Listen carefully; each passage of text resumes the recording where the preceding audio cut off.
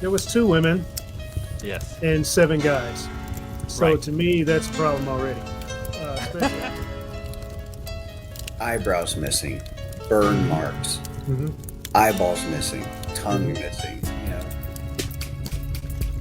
the bones decaying to that degree in just 4 years. I just don't see that type of decay going. There's just so much that's off about on both sides. Both sides seem real suspect. I know it's the South, so maybe dental records are a bit trickier down there because they only have maybe 1 or 2 teeth to identify them by. Have you guys ever had that? Like you driven by a house out in the middle of nowhere, you're like, I wonder who lives there. What's going on? Oh yeah. This is gonna be one of those.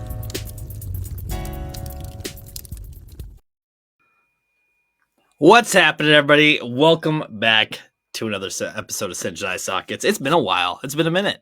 Our other co-hosts are sitting off screen right now. They're listening in. I do want to do a couple announcements real quick. This is actually, let me hold it up right here. Is Black Label Chronometers. Actually, Sean, the co-host, this is a good buddy of his. He actually had me reach out to him. He made me this custom clock out of a vinyl, actually. And Sean could probably give you a little bit more info on it here in a moment. But if you guys are interested in getting a custom clock, whether it's for your podcast, your business, whatever it is, Ryan Babb from Black Hole Chronometers is awesome, man. He does great work. Highly recommend him. It's not very expensive. On other words, we also got Vive in the house. For those of you who drink like 4 energy drinks a day, that's killing your heart and just ripping up your stomach lining, try this. This is Vive smelling salts. Let me get a little bit closer here. Vive. It comes in these little tubes. These tubes last about a month. I mean, so that 1 energy drink that you slam in 10 minutes, this thing lasts you about a month. You just open the vial, you put it up to your nose, and you. God damn it! It gets you awake. It wakes you right up, guys. So with that being said, let's get our other host on the show. Ev.O.Lution, Sean Shank. How are we doing today, guys? What's up? Jukebox. We're kind of giggling off of your reaction there. That's the whole point, man. That's the whole point. That was classic. It's good. I'm good, man. Really excited about not only this show, but all the shows that are coming everybody's way, like a steamroller. We are kind of stacked up and been doing other things, but we're getting back in motion to do the podcast and got a lot of surprises and new things coming. So look out. Here it comes. Oh, yeah, man. I think a big part of it, like I said, the last couple of months we've been trying to find a platform that works. We found this. I haven't paid for this package yet. It's not very expensive, but honestly, I don't know that this bothers me that much. Like, that doesn't really bother me too terribly much. Mm-hmm. I might decide to change that, but it's a free account, and it actually the quality comes out better than it did on StreamYard. Nothing against StreamYard, but it's all around. It's been better.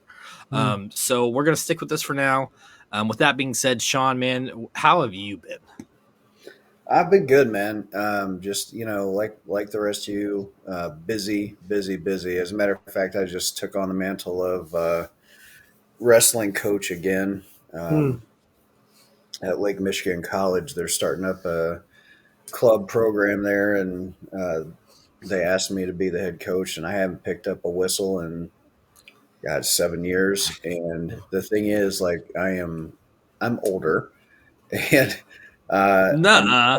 yeah, and I'm not one of those coaches that sits on the sideline, just blows a whistle and tells people what to do. Like, I get in there and mix it up with the kids and work out and everything. And bro, I've got everything hurts. I was telling my wife today, the bones in my thumb hurt, not the muscles, the bones, like my actual bones hurt. So that's new. But yeah, man, comedy's been going strong. I'm really looking forward to getting back into the podcasting. I know we were trying to figure out the platform thing, but my God, dude, I've got to get back to doing blurred lines. There's so much crap with the attack fog and hurricanes and everything else that was going. I have to say that the fog lately has been intense. It has been just stupid. And we got more coming tomorrow. I got an alert for it tomorrow morning. Just like some ridiculously thick fog. But that's not for this. That's not for this show. Anyways, continue. Nope. But yeah. So I mean, there's a lot to talk about. But right now, I'm just grateful to be back on the thing. And man, what a ringing endorsement you just gave for my Vive right there. That was great. I don't think there's any other way to do it besides comically, honestly. Unless I'm not a boxer. I'm not, a professional swimmer or a tennis player, which those are all things, people that they sponsor. They got athletes. The thing about smelling salts that people don't know is, well, I mean, sure, people know that like a lot of ambulance have them in their vehicles, but a lot of like football players on the benches use them. A lot of boxers, wrestlers, they actually use it. I mean, it's not that. I mean, I'm sure if you were just sitting there 24/7 hitting this little tube, it's probably not recommended. Yeah. Well, no, because you will shit yourself blind. That's one of the sides. Use as recommended. It's I can promise you, it's better than any energy drink that you're drinking. It's not. It's like a rush of oxygen to the brain. That's what it is. That's all it is. That's literally all it is. Definitely better than a Monster, baby. And that's the other thing. Energy drinks are just nuts, man. I mean, they have so many different kinds. They're everywhere. It's just absurd. And I'm a culprit of getting them too. I mean, I try my hardest not to, but I don't think Evolution. I don't think you're really a energy drink kind of guy. I am not. I've never had an energy drink. Can you believe that? No. Good for you, man. Yeah, I'll do like a vitamin water or something like that, or one of the, just not energy drink driven, but more of a just better for your hydration, I guess. That's where I'm at. Right on. How about you, Sean? Do you take energy drinks? You drink them? Won't touch them. Ever since I heard that one of them got bulges in it, or taurine, I won't have anything to do with them. And as a matter of fact, one of the things that's new since last we got together is I have stopped drinking coffee almost completely. Wow! Oh my, that's fantastic, dude. I'm still drinking like 5 or 6 cups a day, but good for you. Thanks, man. Yeah, I was drinking. I found because with being like online with a lot of my work, with the teaching college and things, I found I was drinking a pot and a half a day. Whoa! Into. But that's probably where I'm at least probably close to a pot of coffee a day. Well, you say 5 or 6 cups, but like coffee cups, and this is something people need to pay attention to, is like I have mugs at home that are like 2 servings, like 2 cups, right? So when you're saying 5 to 6, cups of coffee, I don't think you mean like an actual measuring cup. No, I'm talking like maybe 12 ounces. Yeah, so see, you're probably about where I was at, if not more, man. Like that's well. And see, so when I went out with my bunion surgery, I had to stop caffeine altogether, and that's when I realized how much of an addiction coffee is. Yeah. But I did cut out energy drinks. I haven't had them since. Good. Which is great. But I'm still drinking the coffee. But I mean, I was vomiting. I was like, I felt sick for a couple of days.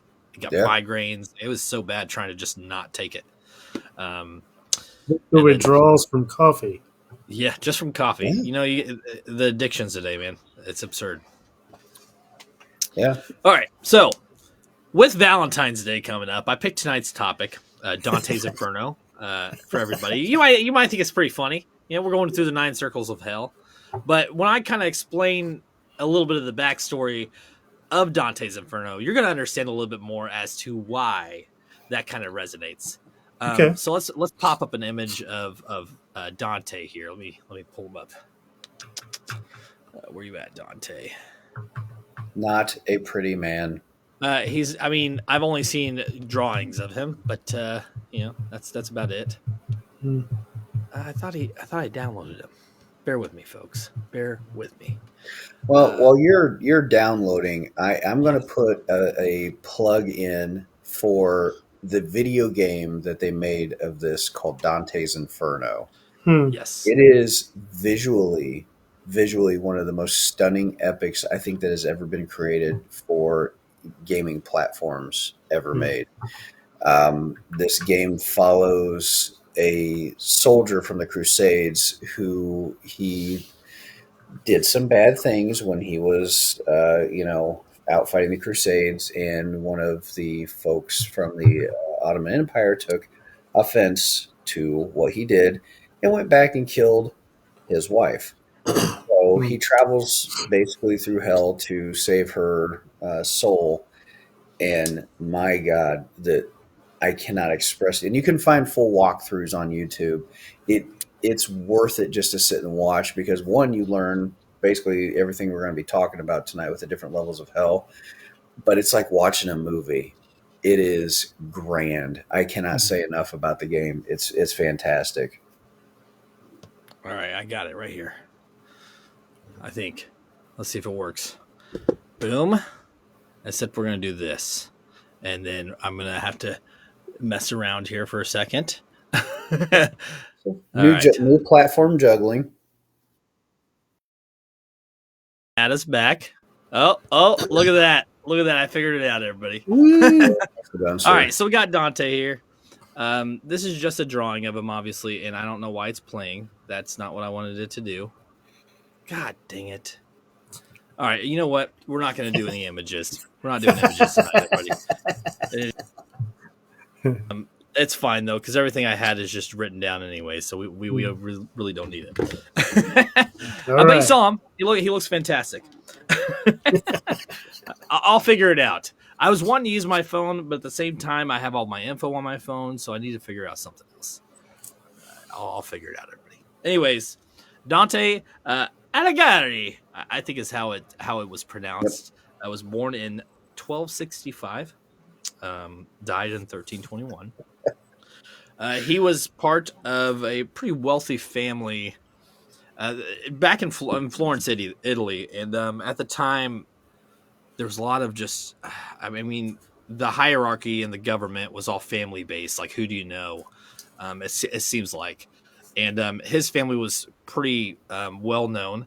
His dad wasn't really a social person, so during a lot of like the warfare that happened during his time, they weren't really ridiculed too much because of his dad until Dante kind of got into the government and some things happened. So Dante, as a child, his dad was a moneylender.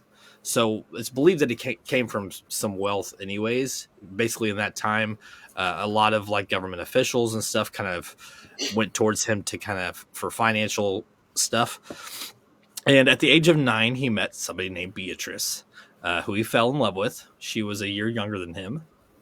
And that was just from seeing her. He never talked to her. That was it. She's going to play a huge role, pretty much the only role in the making of this poem, because he was fascinated by her. At the age of 12, he was promised to another wealthy family's daughter. Back then, that's about the time frame when people were, married, and it wasn't because they liked each other. It was because that's how the families worked. Here's our daughter, you're marrying her. Just kind of keep that wealth. Yeah. It's arranged marriages, which were very popular. And it actually was not uncommon for the men to sleep with other women. It was actually pretty popular. I wouldn't say popular. I wouldn't say popular, but it was definitely not frowned upon at the time. A lot of them did it. So he married his wife, Gemma, pretty young. They ended up having 3 children. And he doesn't talk about her in any of his poems. As a matter of fact, all he talks about is Beatrice and everything. Wow. At the age of 18, he starts talking about how he saw Beatrice on the streets a lot in Florence. And they'd have like very pass-by conversations, but never anything serious. But all I'm thinking is just, molester vibes here, kind of this guy off in the distance in an alley just staring at Beatrice as she walks down the street, kind of jerking off in the corner alleyway. So that's kind of the way it seems, because it never you never hear her side. We don't even know what she looks like. Well, if you go by the video game that I was talking about earlier, holy shit. I can understand the fascination. I mean, not to get all pervy, but nice. All right, Even so with the sword through her chest, hot. Someone's into some anime. I'm just, you know what? Go check it out for yourself. And then you'll get back to Well. me. You're like, you know what? You were right. So during this time, Italy wasn't a country in itself. During this time, there was a lot of like smaller states. Florence was kind of its own state during this time, and there was a lot of pull between government and the Pope and who runs things. So you had the Guelph community, which is what Dante and his family come from, is the Guelph community, which is more towards the Pope and religion. And then you have the Gilead. I want to make sure I say this right. The Ghibellines. The Ghibellines. There we go. I was going to say Gileads, and I'm like, nah, that ain't right. The Ghibellines, which were more towards like Rome, the Roman Empire, more government affiliated. And as Dante started growing up and he starts becoming a political figure in Florentine, the Guelphs take over the Ghibellines and conquer Florentine. But at this time, the community splits. So you have the Guelphs that are the white Guelphs and the black Guelphs. The white Guelphs are more like religious based, which is what Dante's behind. And then you have the black Guelphs, which are like a little bit more freedom. They want a little bit more freedom. And they start to sort of take over the Florentine community. During this time, it's like 1301. They send Dante to Rome because King Henry was going to come visit, and they send him to kind of tell him, don't come right now. You know, there's a lot of kind of warfare stuff going on in the city. It's not a good time. During that time, the Black Guelphs take over Florentine, and they exile a lot of the community, including Dante. So King Henry's like, stay here, stay here with us. And exiled being that if he was to return, they're going to kill him, So for the rest of his days, you got his wife and his kids there while he's in other states and communities. And that's sort of the background. I didn't want to give too much details. If you kind of dig into the story, there's a lot more to it, but I wanted to keep it a little bit vague because a lot of this kind of pieces together based off of that information. Beatrice being the main focus, but a lot of the figures that he sees as he travels through hell are political figures, poets, stuff like that. Stuff that in his life that he had resentment towards or frustration towards. So there's religion, but it's more like, I don't like you, I'm putting you in hell, Yeah, it was a political commentary. See, that's a mistake a lot of people make with the 9 levels of hell. They think it's all completely based on religion, and not to say it's not, but as you bump into the figures, and then you're revealing some of the history and things of what he and his family were going through. You see the connections with it, but the thing that's messed up is it's not just the local officials and government that were corrupt at the time. The papacy, I'm sorry, if any Catholics are listening, even today, not the purest of institutions, but I can't talk about this because it's not a Blurred Line podcast, but it does touch on the subject. So yeah, that's fine. but back then, incredibly corrupt. Okay, so you're talking about an individual who, comes from a family of money lenders who, are interwoven into the fabric of the politics of society, for one. Lots of enemies, as many as, friends as they may have had. And once you understand that, the whole Dantes Inferno and the poem take a vastly different a look, so to speak. And it's so before I kind of did the research, I always thought of Dante's Inferno. I mean, it is a Protestant view of Christian, hell and what it is, but the way it's expressed has nothing to do with it. If you really break it down, it has everything to do with his real life and what happened to him, and him kind of taking out that aggression in his writing. Evolution, what you got so far? I'm just following all the info at the moment. Did you know any of that? Some of it, no. Uh,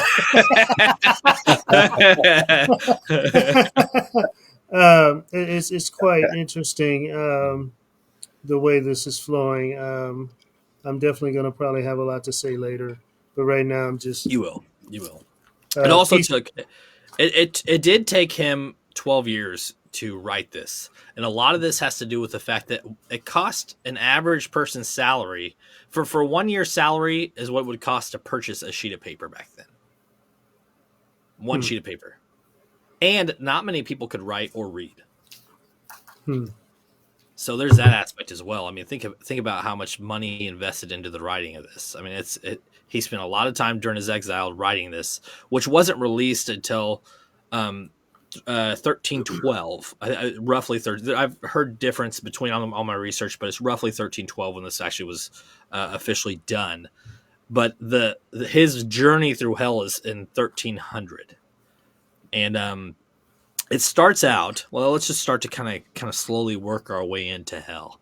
And 1300, it's a Good Friday, and Dante finds himself in a dark forest, seeing some mountains off in the distance with a sunrise or sunset going over behind. So he starts climbing up the mountain, and he runs into into three different beasts. There's a leopard, a lion, and a she-wolf, and they scare him. So he runs back down the mountain and into the woods, where he finds Virgil.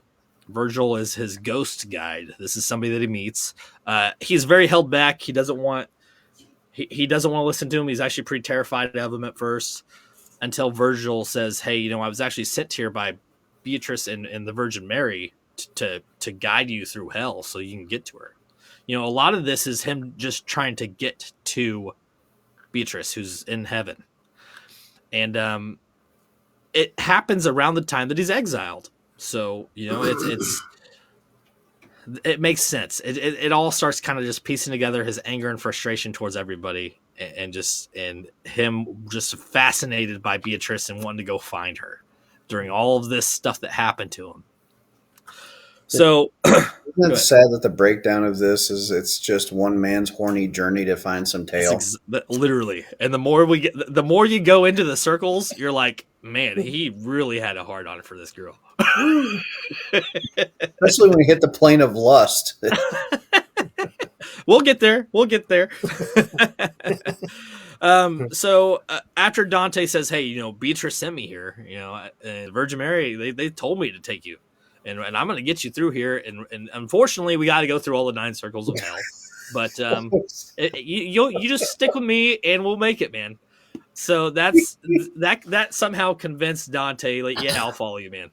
So they go. Say something real quick. Go ahead. Predicated on the idea that this whole thing is a booty call journey. He said, I was sent by the Virgin Mary, and Dante's like, when I'm done with her, she's just going to be Mary. Anyway.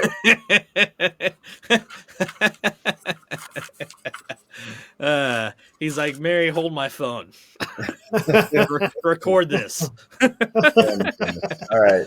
Anyways, he's so going. Virgil takes him over the mountain. Somehow he convinces the 3 beasts to let them pass. And they get to sort of like the entrance of hell. It's the vestibule of hell. And here, Dante and Virgil find all of the uncommitted. So people who just didn't have a belief. They believed in nothing. You exist and you die. So they're all at the entrance. And they're being chased by these biting insects. And they're running for a blank banner is how he words it, which is basically like nothing. So that they're chasing nothing, and they're getting bitten by these bugs. And at this point, they make it to a river, the river of Acheron, and there's a bunch of souls waiting to cross into hell, which is they're transferred by a ferry that's run by Karen. Believe it or not, Karen. I think I'd be very annoyed about being ferried by a Karen. Talk about being a very frustrated soul, having to transport other souls into hell for all eternity. Man, Karen That would has just... to be a very annoying trip. It is spelled Charon, but it's still Karen. Yes. Well, just a little bit of history too. The ferryman Karen. Yeah. When people back at those time when they passed, they would put the coins on their eyes. I don't know if you guys know about that. The coins on the eyes were supposed to be the fee, so to speak, that you would pay Karen, which I've also heard at Chiron, but I think Karen's funnier. But that would be your passage fee to get you across the river. Right. Now That I'm familiar with. The coins over the eyes. Yeah. Mhm. Yeah. So when Karen approaches, or Chiron, however we want to, I think it's funnier to say Karen. So we're going to stick with Karen because it makes this a little bit more lively. So Karen shows up. Virgil's like, hey, I'm taking this guy on a tour to find his, whatever, his obsession. We need to get through. And Karen's like, no, I'm not taking him. He's alive. That's not how this works. I only take souls. And Virgil kind of pulls him aside. He's like, look, man, I mean, he really's got a thing for this chick, Beatrice. She's got me taking him to her, and somehow he convinces Karen to let him on board. So he gets in. He makes it across the river. Very, very persuasive. This guy. Way to go, Virgil. Promises Karen that she'll get to speak to a manager if she does this. Look, I promise I will get you to the highest authority. I mean, I'm going to see Satan by the end of this. I'll put in a good word for you, okay? Maybe we'll get you a Zoom call here in a few years. All right, so they get across the river and they make it to the first circle of hell, which is the limbo.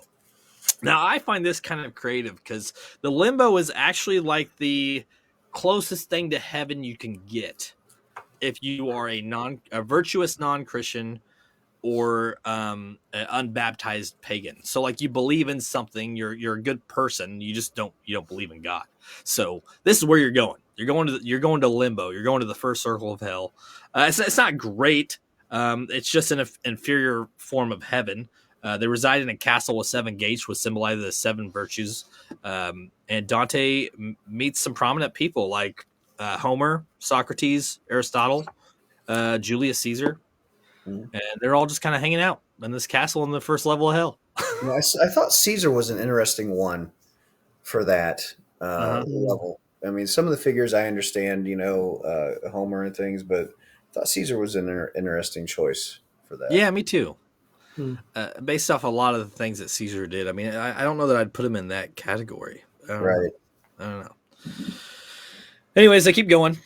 They make it to the second circle of hell, where they encounter people who are overcome by lust in their lives. They were, just, I don't know, they doing what he's doing, literally what he's doing.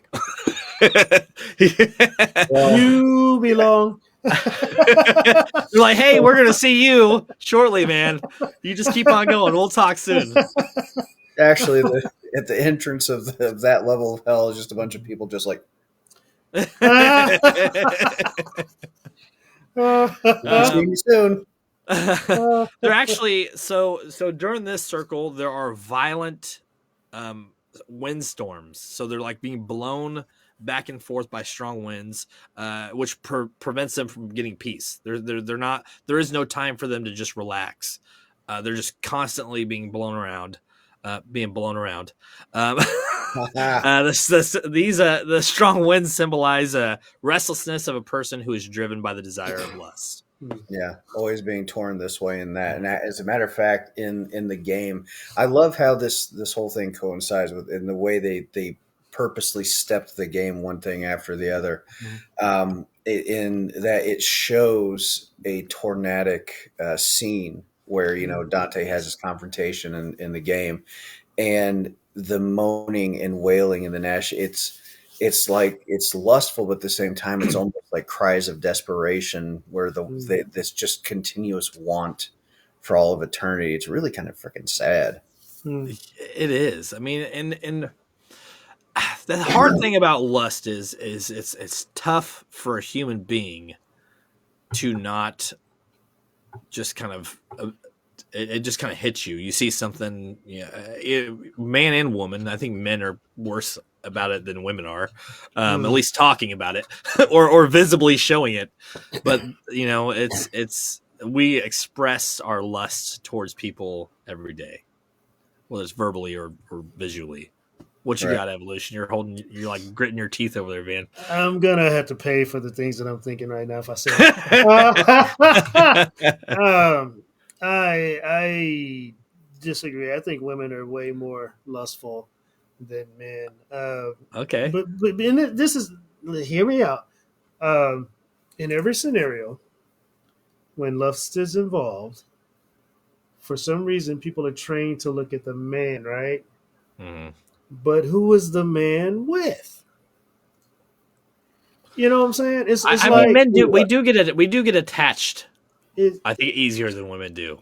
it's like, okay, I'm gonna use these examples. All right. You slept with a married woman. No, a married woman slept with me, right? Because I mean, think about it. She knew she was married, Mm-hmm. right? Mm-hmm. Even if he knew she was married, he might have not have known that she was married. You see what I'm saying? Yeah. So if it's mutual, then it's the woman's fault, in my opinion, because she ventured off out of the situation she was in. Mm-hmm. She spread it. She allowed it to enter, and they did what they did, and boom. You know what I'm saying? Okay. Any guy can holler at a chick. You know what I'm saying?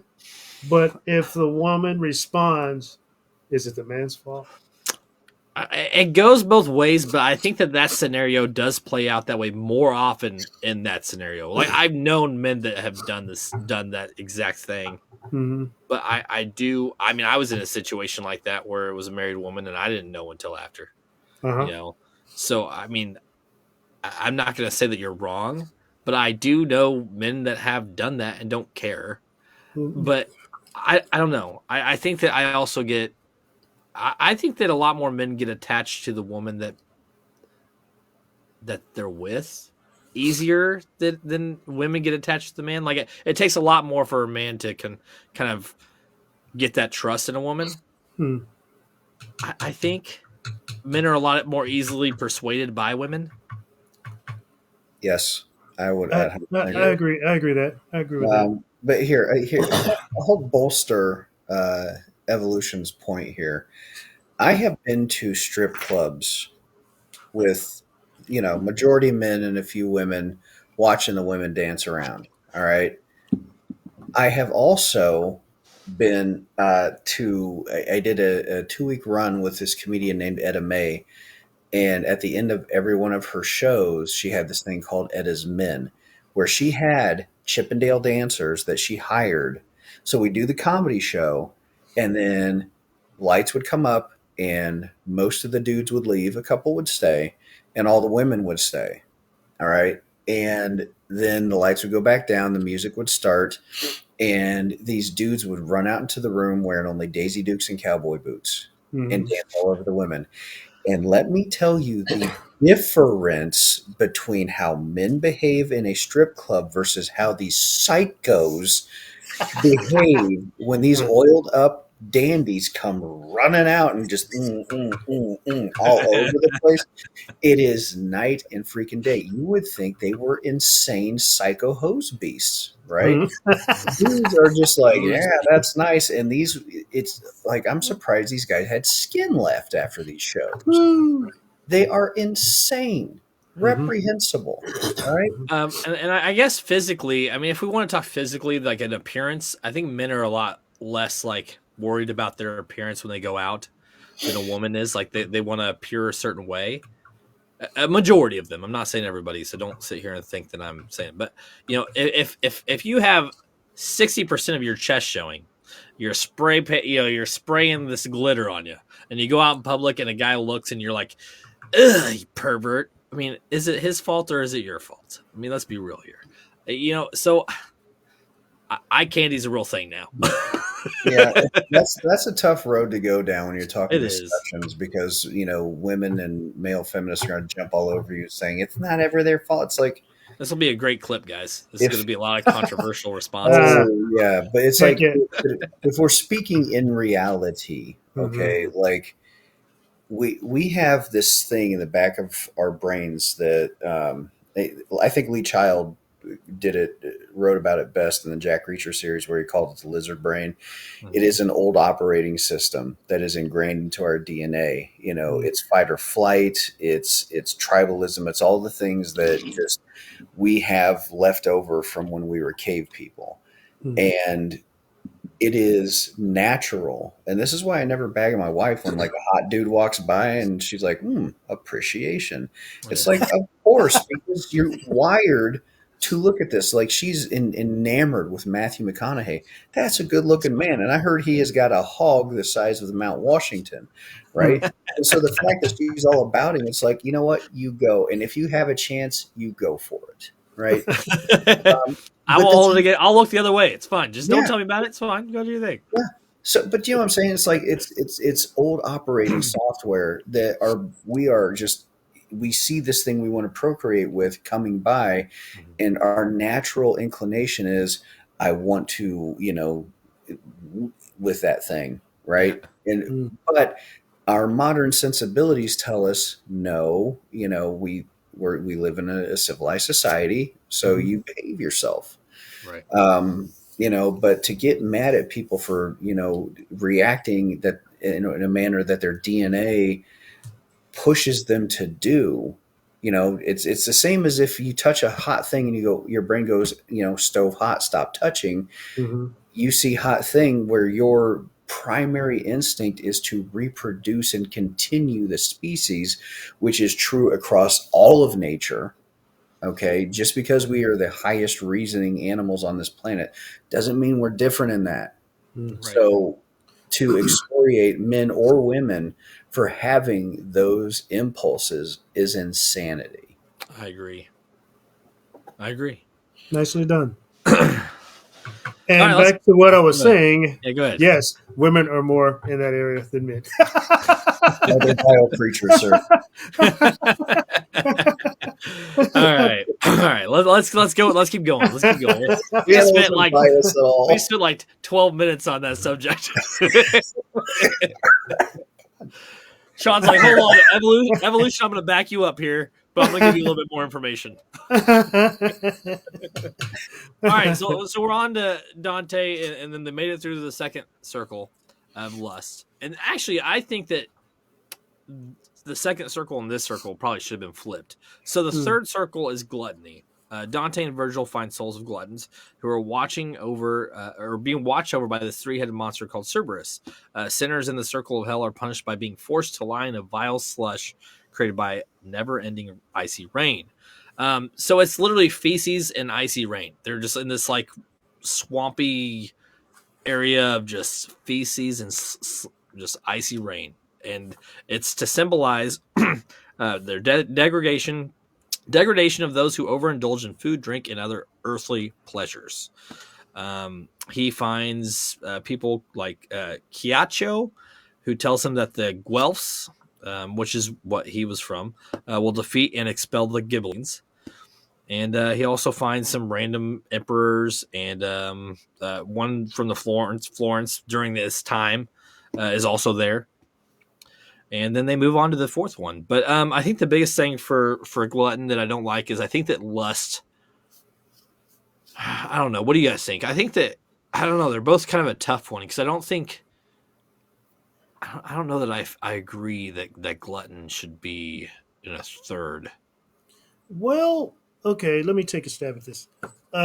Gluttony is like lusting for food, kind of, right? Right.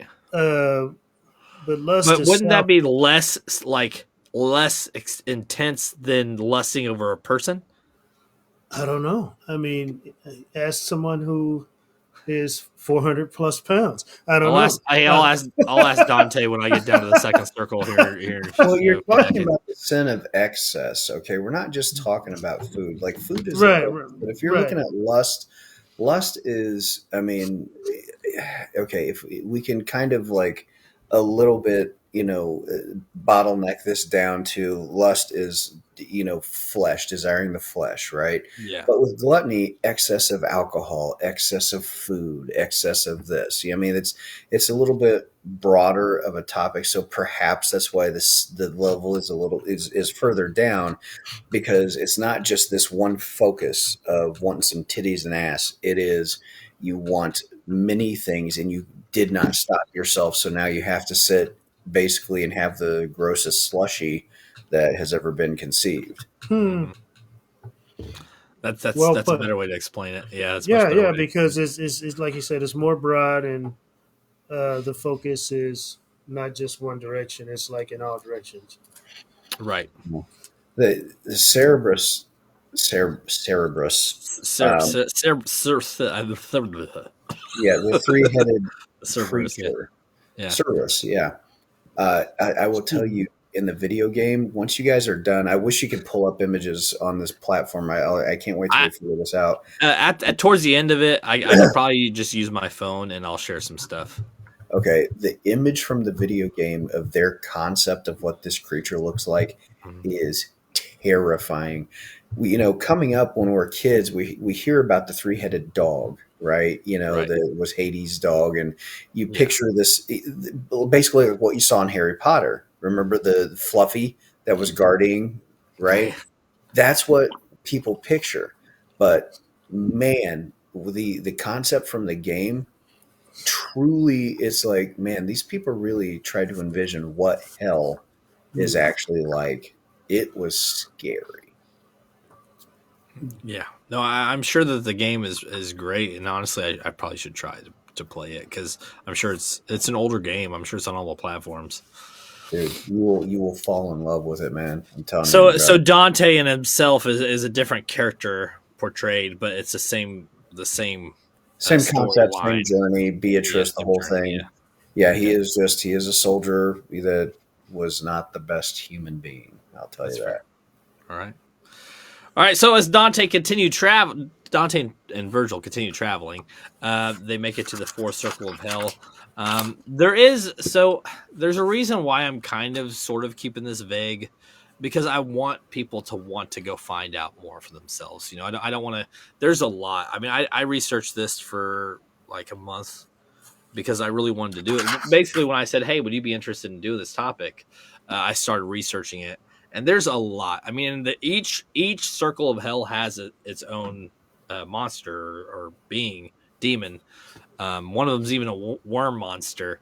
I mean, so there it's crazy, and there's a lot that you can really dive into. I'm trying to keep it sort of light so that you guys, if you are intrigued by what we're talking about, can look more into it. So I don't. I mean, I'm actually totally cool with Sean talking about it because he's like very expressionative. All right, so they move into the fourth circle of hell, and Dante and Virgil find the soul of people who are punished for greed. They are divided into two groups: those who hoarded possessions and those who lavishly spent. They are seen jousting with one another. They are using great weights as a weapon, pushing it with their chests, like rocks, big boulders, things like that, to symbolize their selfishness or their selfish pursuit for wealth during their lifetime. Both groups are guarded by a character called Pluto, Goofy's dog. Or no. I guess it was not. It was Mickey Mouse's dog, Pluto, down there just kind of, making everybody happy as they're jousting away. No, I'm totally lying, guys. It's not Mickey Mouse's dog, Pluto. It's based off the old. They believe it's based off the ancient Roman ruler of the underworld. Anyways, the souls are so occupied with their actions that Dante and Virgil don't even talk to them. They just keep on cruising. What do you got, Evolution? You got anything yet? Still piecing it together. kind of really messed up on the poop slushy, but Poop slushy. That and makes me want to go to Sonic. and the ice, what is it, the icy rain The with the icy poop rain. with the Yeah. poop slushy. I don't know how they came with that combination, but yeah, that's kind of where I'm. And to be That's where I'm forced at there, right now. and to be forced there for all eternity, just to live in that slush. Mm, yeah. Mm, Well, you could get that. He came up with it back then because he could go to the local store, the VIIXI. The 7-Eleven. was it like a symbol of wealth was gluttony, like fruits and just like the whole like charcuterie Yes. setups, and like if you were a bigger person, it was actually a symbol of wealth, right? Yeah, being fat back then that was a statement in society because it isn't like you could go to a 7-Eleven. I mean, yeah, they had, bakers and markets and things like that, but to have that kind of excess, I'll tell you what I thought was always interesting about that level of hell and how they were so obsessed with, the avarice, the gaining and pushing of their stones and all the stuff that was going on when he went through that level with Virgil, is that he comes from a family of moneylenders, right? Right. And while you look at the different levels surrounding greed, greed was for me, I thought it was a bit tepid. So I don't know if that was in what do you guys think, but it just seems like as a reflection of, his family, it seemed like he almost went a little light on it, was always mm, kind of my opinion on the thing. mm, Yeah, I mean, if you look into a lot of it, he kind of he doesn't like he only portrays like frustration towards other characters. He doesn't really talk too much about his own family. He really Mhm. doesn't in a lot of this stuff. Um, and Dante's Inferno is actually one of three poems that he wrote. He's got one for Inferno, one for Purgatory, and one for Heaven. I mean, they're titled differently, but that's not what this is about. But he did do all of them, and every one of them is depicted on political figures and Beatrice. Every single one of them. But he really doesn't talk too much about his life or his family. And actually, he had 3 kids, but he didn't talk about one of them at all. And so some people even speculate that the third one ever even existed. mm. So there's that. Hmm. So yeah, sure, you're not wrong. You're not wrong at all. All right, so we're on to level 5, or the 5th circle of hell, as Dante and Virgil continue this path towards Beatrice.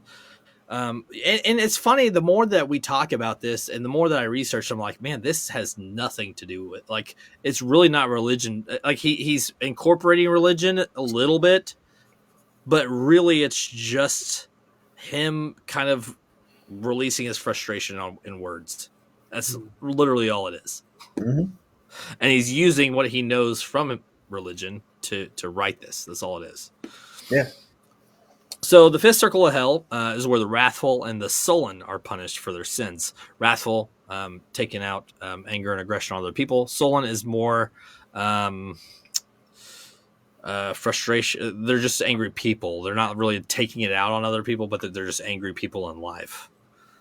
So that kind of, for those of you who don't know what sullen is, I had to look it up. So there's that. So they're transported on a boat by Phlegius. Dante and Virgil witness the wrathful fighting of each other on the surface of the river Styx, and the sullen are underneath the surface fighting. So the river separates the wrathful from the sullen.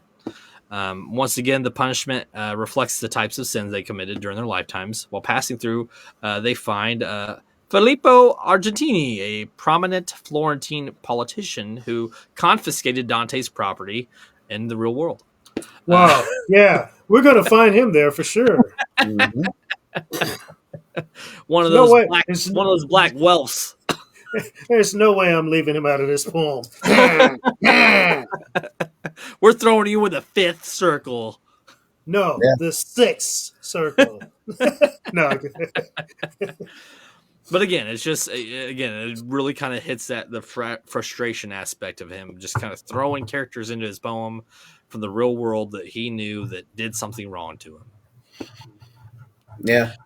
And back then, how else would somebody clap back, as the youth will say, at somebody in power that have done things of that nature, unless you're going to lead a revolution or a party of warriors down to take your stuff back and kill the black dwarfs or the white dwarfs or whatever.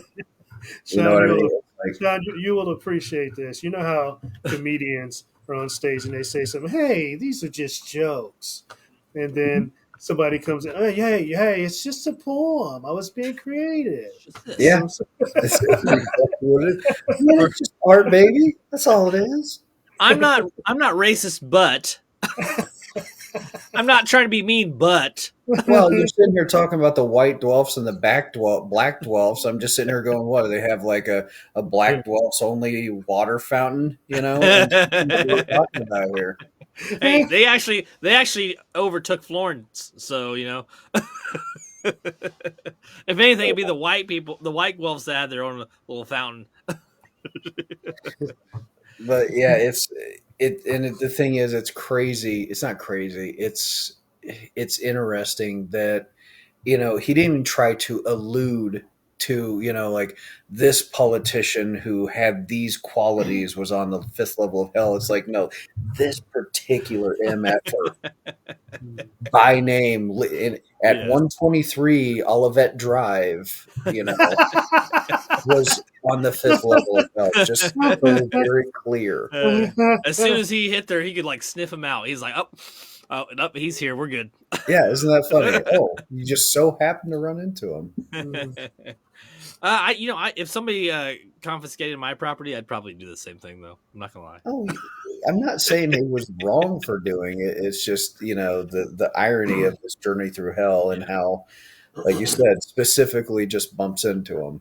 Yes, yeah. It's like I said, I was very fascinated when I started to research this, but actually, I really want to read the book now because I've only researched stuff on the internet, other podcasts, a lot of blogs, a few web Wikipedia information, and I'm going light with the information that I got. I mean, there's a lot, but it definitely made me, because I always thought of the 9 circles of hell as like, heaven and hell, but it's really, as you dive into it, it's not. It's a ridiculous amount of information and things to download and take all of it in. I mean, look at us here. We're on with the 5th level, and we're almost an hour into the cast. Yeah, it's great. I expected this one to run about an hour and a half, so maybe even a little bit longer. So, which I'm fine with. We started a little early tonight, which is great. But yeah, it's we're actually hitting the topics and discussing them, which is what I wanted. So that's good. So as we move on to the 6th circle, after he burned down this guy's property, I'm just kidding.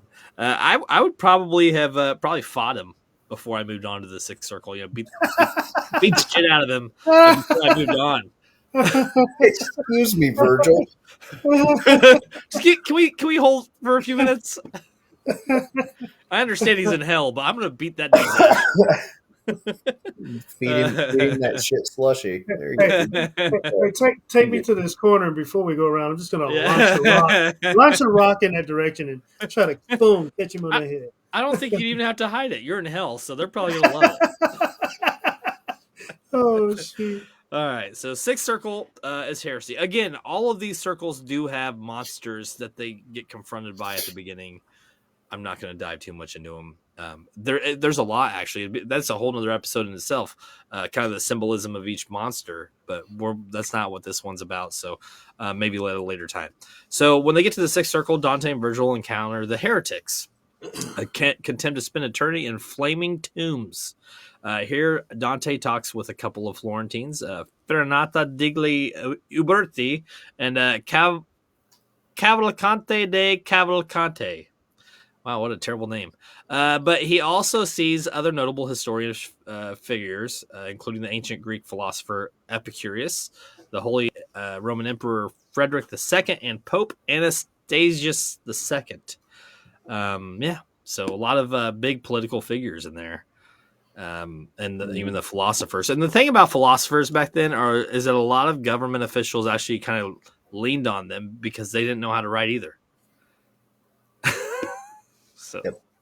Well, and philosophers back then too, that was not something that was, you were just on the corner philosophizing and people would listen and throw a ducat at you and move on. Like sometimes they would say stuff that would get them in a shitload of trouble, and they were at odds a lot of times too with government officials and things. But I think one of the things that's interesting about this level with some of the figures that, I mean, he's taken some pretty heavy swings at some high up names on this one. Instead of the specificity from level 5, you're talking about, you're naming a pope. Right. And when we talk about heresy, we're talking. Oh, sorry. Go ahead, Evolution. Before I move on keep in mind that this, Dante's family, they were giving other people money, and they were connected to all the people of this level. You know what I'm saying? So I'm sure he had access to information and different things that occurred that most people didn't. So either he was directly involved or through family communication knew a lot of things that most people just didn't, which probably would have made him feel some type of way about these individuals. Right. And when people, like, we're discussing heresy, a lot of this frustration from Dante are political or big figures in reality that kind of manipulated the religious aspect to favor themselves is sort of how this goes. Yeah. So these characters that he's naming, he has a certain, view of them because of how they sort of twisted the religious aspect in reality, if that makes sense. Yeah, perfectly good sense. Okay. All right, so they move on. We're getting to the 7th level. We're at an hour. What do you got? Here I go again. I shouldn't say bring it on. Thinking. No, I love it. You know what? That should be another show in itself.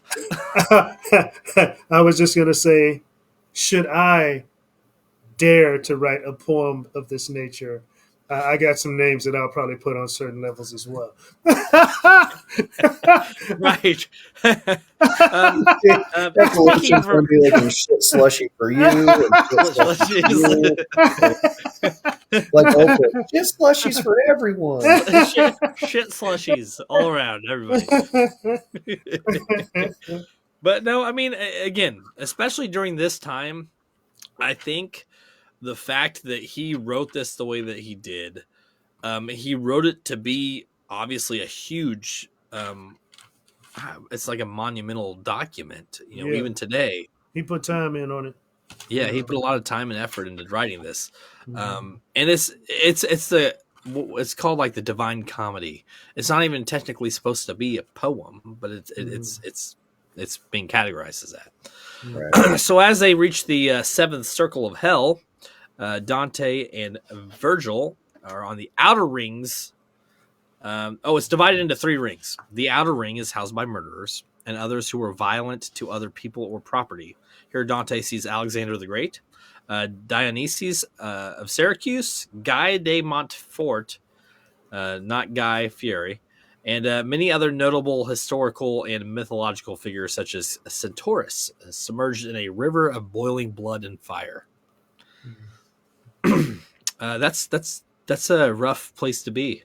I think I'd take this shit slush.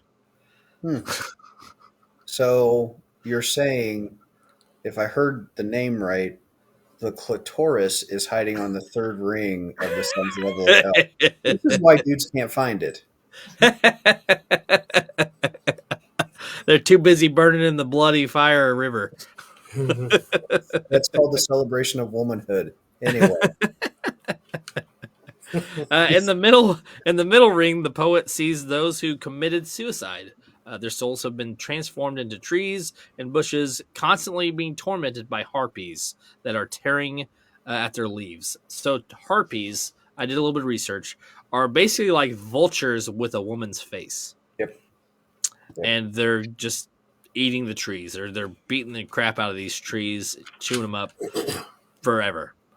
So those are harpies. And actually, some of the deep depictions of harpies are pretty creepy. Okay, all right. Okay, I got a second. Go ahead. So these creatures that are attacking these trees and bushes have the face of women. Yes. Mm-hmm. And actually, the breast too. Like this portion right here is all woman, and then they have wings, right? And then they have like really nasty talony claws at the bottom half. So some of the most terrifying creatures that are created in this Image. Yeah. have the Are face they're in the of women. seventh circle. They're the. Anyways, what you got? It just gives you a lot to think about when it comes to women. Definitely Dante's depiction of them in the 1300s. Hey, I think he's accurate in a lot of things, even today. I know of a couple who could their face probably would fit really good on that type of attack animal beast thing, whatever. Well, again, going back to the art reflecting the opinions of the creator. Right. He's got harpies on the 7th level. I mean, because as the idea is the further into hell or farther into hell that you get, the greater the punishments, the greater the sin. Mm-hmm. I mean, we're talking murderers and everything else, and suicide has never been looked upon with favor by religion. It's always, I mean, and you remember the movie What Dreams May Come? Yes. With Robin Williams? Suicide was considered the worst, and and how that all played out. Beetlejuice, that's another one where you're talking about afterlife and religious, ideas and ideals, was, suicides, how that ended up. They were in servitude for all of eternity. Because remember, the girl said, I wouldn't have had my little accident. Right. So again, the worst of the worst, as it's going down.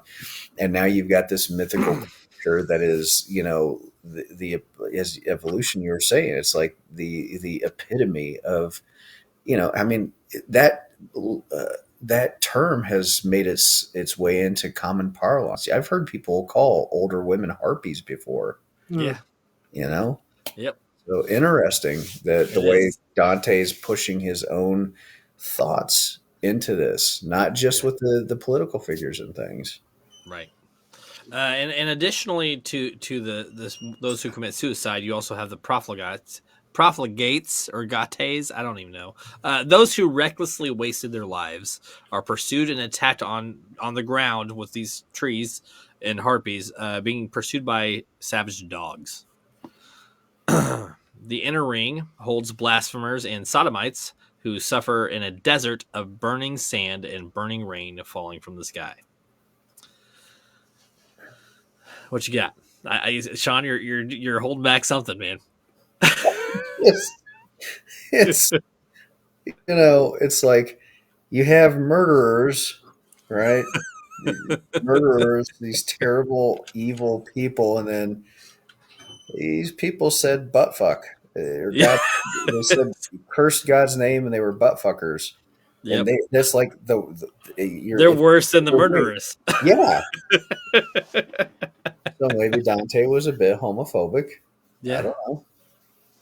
Probably. Don't know. I mean, blasphemy. I mean, that's the biggest part of what you just said is basically people who talked bad about religion or God, and then it's crazy that he put him below or even further in than the murderers. Yeah. Yeah. How would you justify that? Like, He comes from his political view is religious based. So like he's very Christian oriented.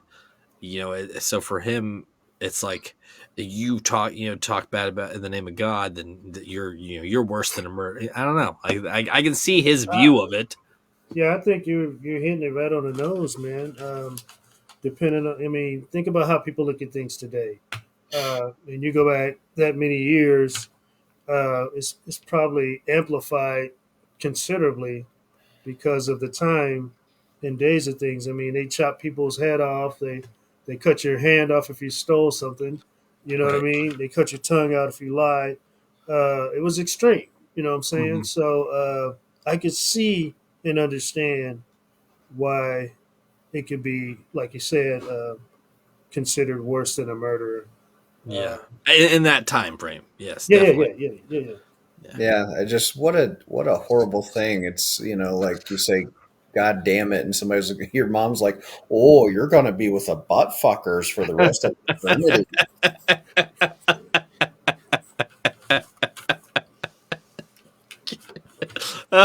Yeah, yeah. I mean, that would definitely straighten up a child.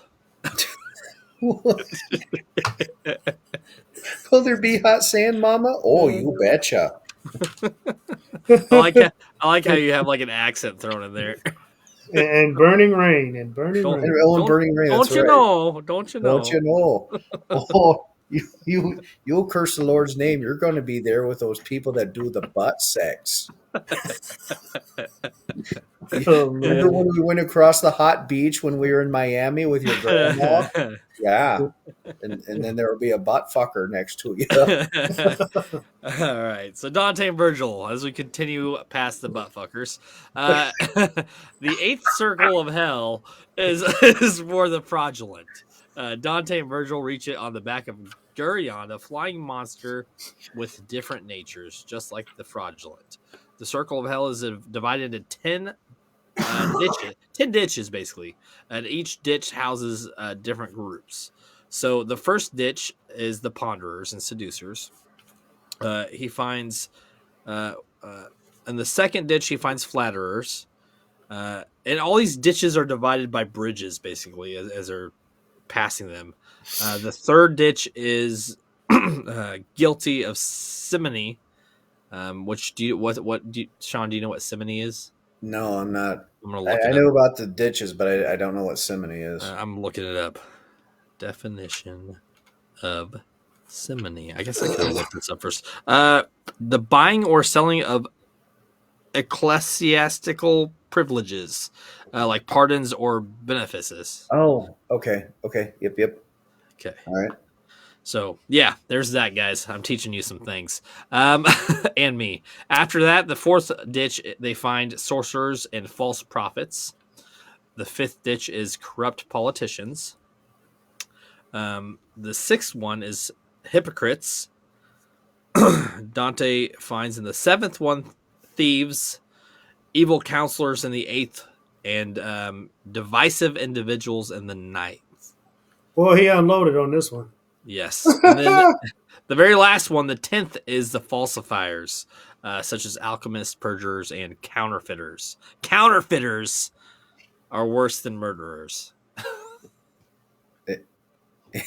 and butt fuckers. and butt fuckers. And Sorry. those who say, I God damn don't it. mean to make this rated R. I just It's I all have right. such a hard time. You know what? with that. Evolution does a great job at bringing us back in, though. He's got the lighter aspect of it. Oh man.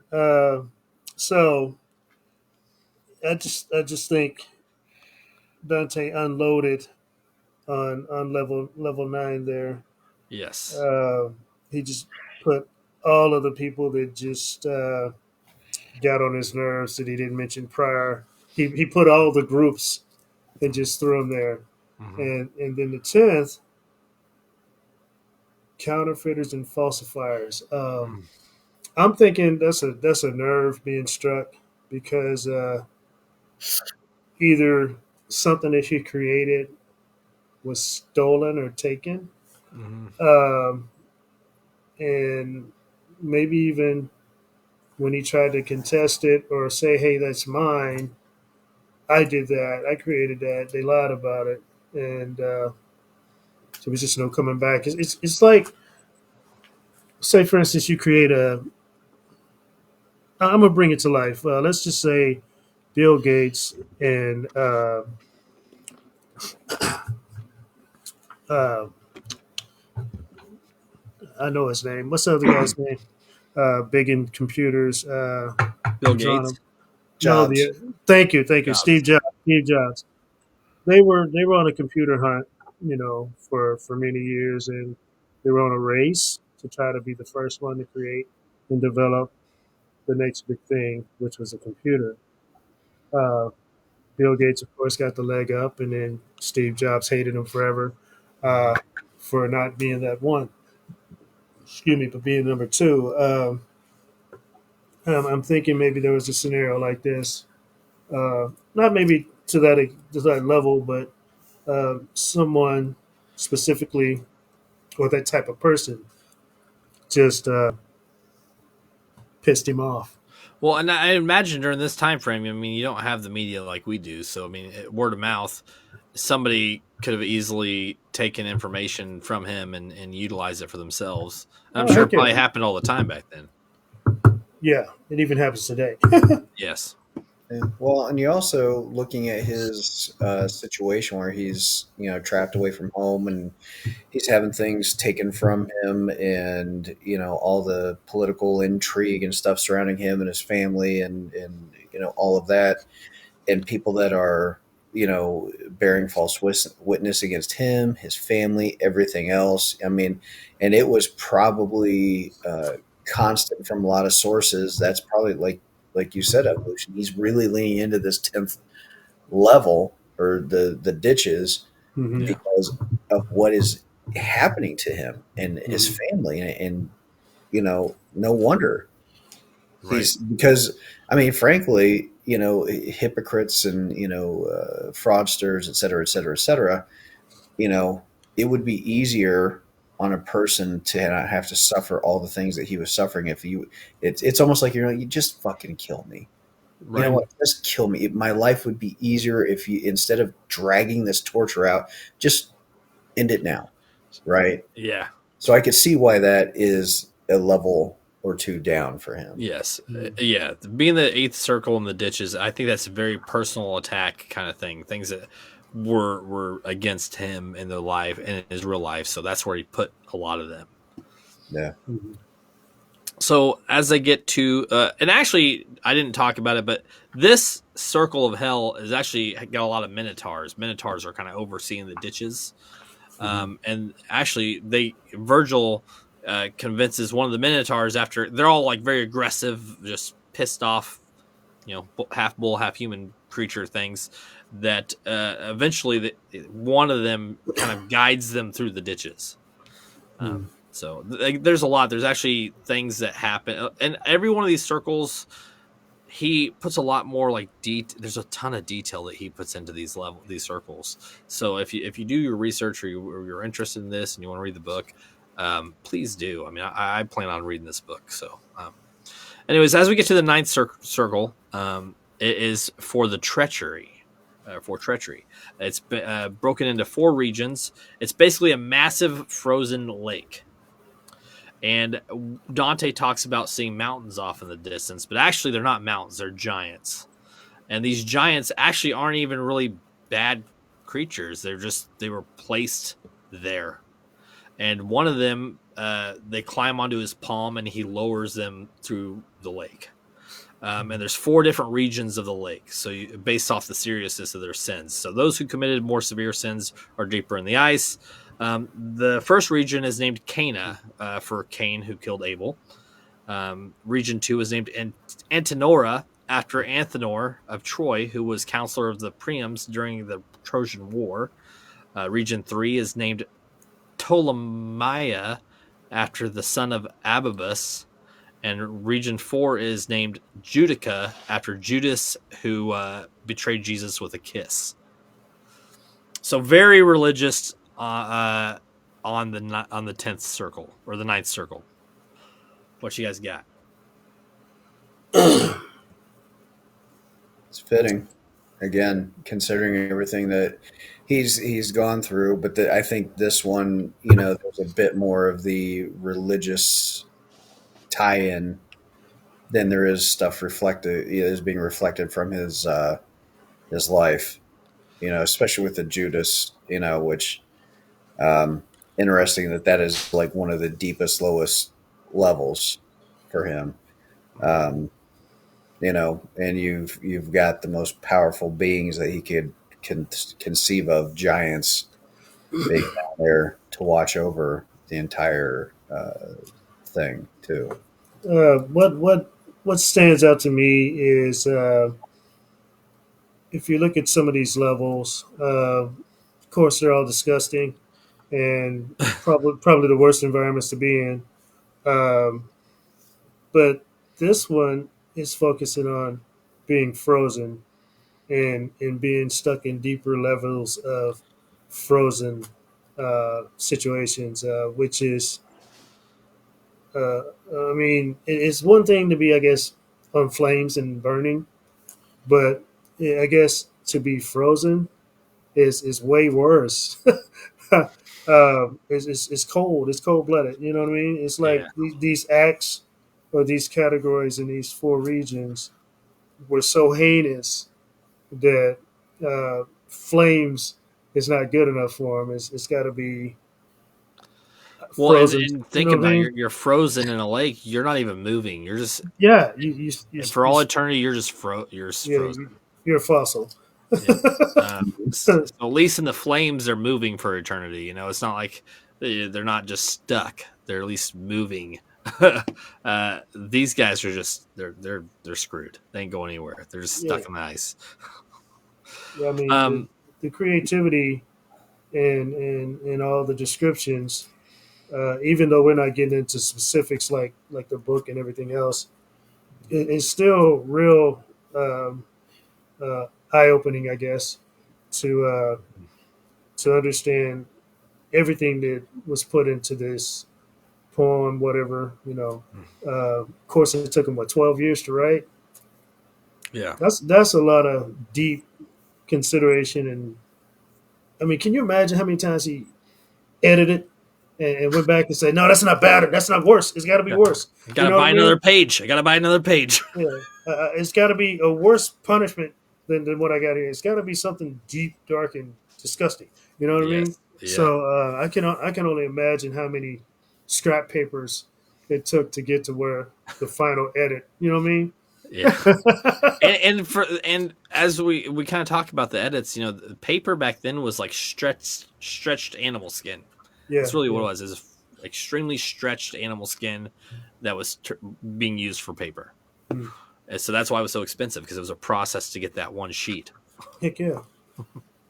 And so at the very fourth circle, the Judeca, that level of, I said circle, whatever, the depth, the fourth depth of the lake, Mhm. in Judeca, they find the three-headed Satan. He depicts Satan as a three-headed beast, frozen waist down in the lake, and each head is gnawing on either Judas, Brutus, or Cassius. Nice. Um, that's just their eternity is being gnawed on by Satan. He is so focused on gnawing on them that they quickly climb up his side and get to the river of Lethe that takes them on their journey to the upper world, or heaven, which they reach on the Easter Sunday, that following Easter Sunday. That's it. That's our dive on Dante's his depiction of Satan. I mean, he goes into detail on Satan, but their like interaction with him is very, very vague. Like he puts more definition into all these other circles of hell, and then he puts what he envisions the worst people being gnawed on by Satan, and they're like, okay, let's keep going. You know, like, they made it through all of that, and then Satan is just frozen in the ice. Like in our thinking, we depict Satan as this like crazy, like flamed beast, but he's not. He's frozen in the ice, gnawing on some bad people. Hmm.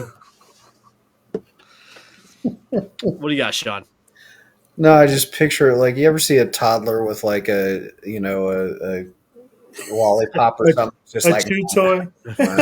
yeah, just sitting there chewing on it. I'm thinking more like a dog slobbering on a tennis ball. Yeah, just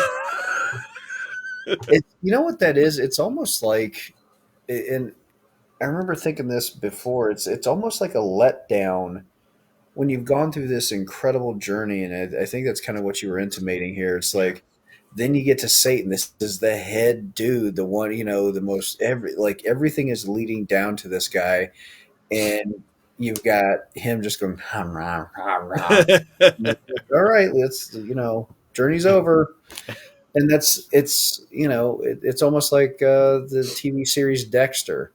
You have this magnificent journey of insanity all the way up to the very last few episodes and the very last episode, and everybody's just left kind of defeated by what they ran into at the end because it was such a letdown. And this kind of has that same flavor to it. Um,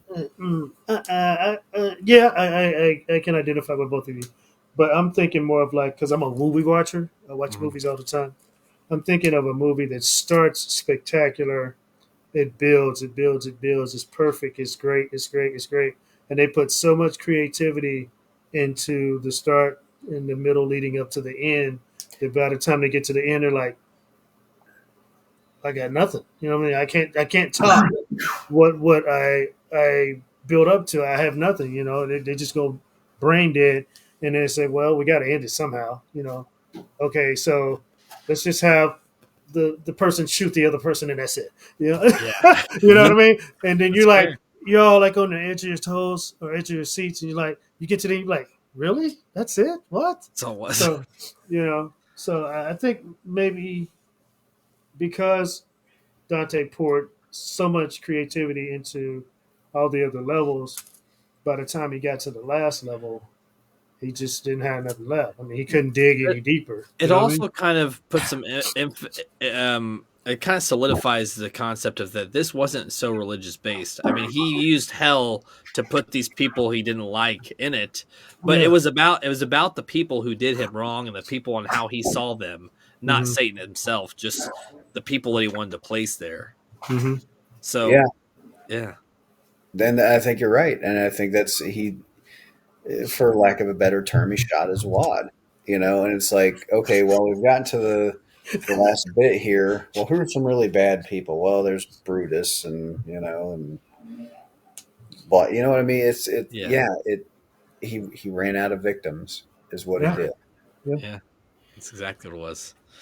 So, I mean, that's a wrap, guys. I mean, we just trenched through the 9 circles of hell tonight, Mm. and kind of made a comical depiction. But I think that our views and our opinions, I think this is a perfect show for this topic. Is there anything that you guys took from this, or maybe even? I mean, Sean, you played the game, so you kind of had some knowledge, obviously. But Evolution, like, have you ever heard about Dante's Inferno before tonight? Yes, I have. I just haven't dove this deep into what it was really all about. It's just one of those things you hear about in passing, or there's some mention of it Yeah. uh, as you go through class or hallways or different schools or just different places. And, even church, you might hear some things that you kind of hint on some of the things that go on within these passages. But for the most part, this is like me getting a lot more information about it all at once. And I can't help but just the thing that stands out is like the poop and The poop the, slush. the poop slush and the icy rain, man. Uh, I don't know why I can't get past that, but it's just there. that's fair, man. That's fair. what about you, Sean? What you got for final words on this, man? Well, I mean, I my growing up, we had a library in my house. My mom was a reader, a bibliophile, and I was exposed to a lot of different stuff like this growing up. So I was aware of it, but I think the thing that cemented it, honestly, was the exposure to the game, because it took this thing that I had dabbled in and read about, and then like played it out visually. And I think my takeaway from this is anybody that watches this episode, we've been joking around and things and talking, loosely about the different things, and credit to you for all the research that you did do. Boy, It was a lot. But, yeah. but the thing is, and because of the research that you've done, I want to caution people is like, even with the political attacks and personal attacks that he's putting on people through his work, this stuff is terrifying. Like we've given it this kind of umbrella vision of what these different things are, but when you really start getting into the detail of the levels and the things that are going on, um, you know, the concepts that he had in his imagination were just truly terrifying. So this is not going to be an easy read where it's just coasting through. Right. I mean, it is the worst imagination of all possible terrible things down there. Right. Right. So just be prepared once you start diving It in. is. Some of the things that I read are from the monsters to the things that the people were enduring. I mean, he put some depth and some gore into the verbiage of this whole thing.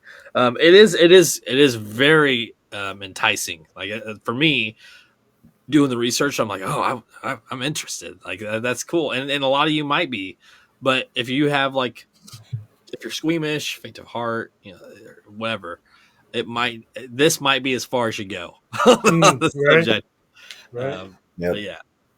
But that's what I got, guys. It's exciting to be back with you both. I mean, we've had crazy holidays, switch of platforms, but we're gonna come back head on.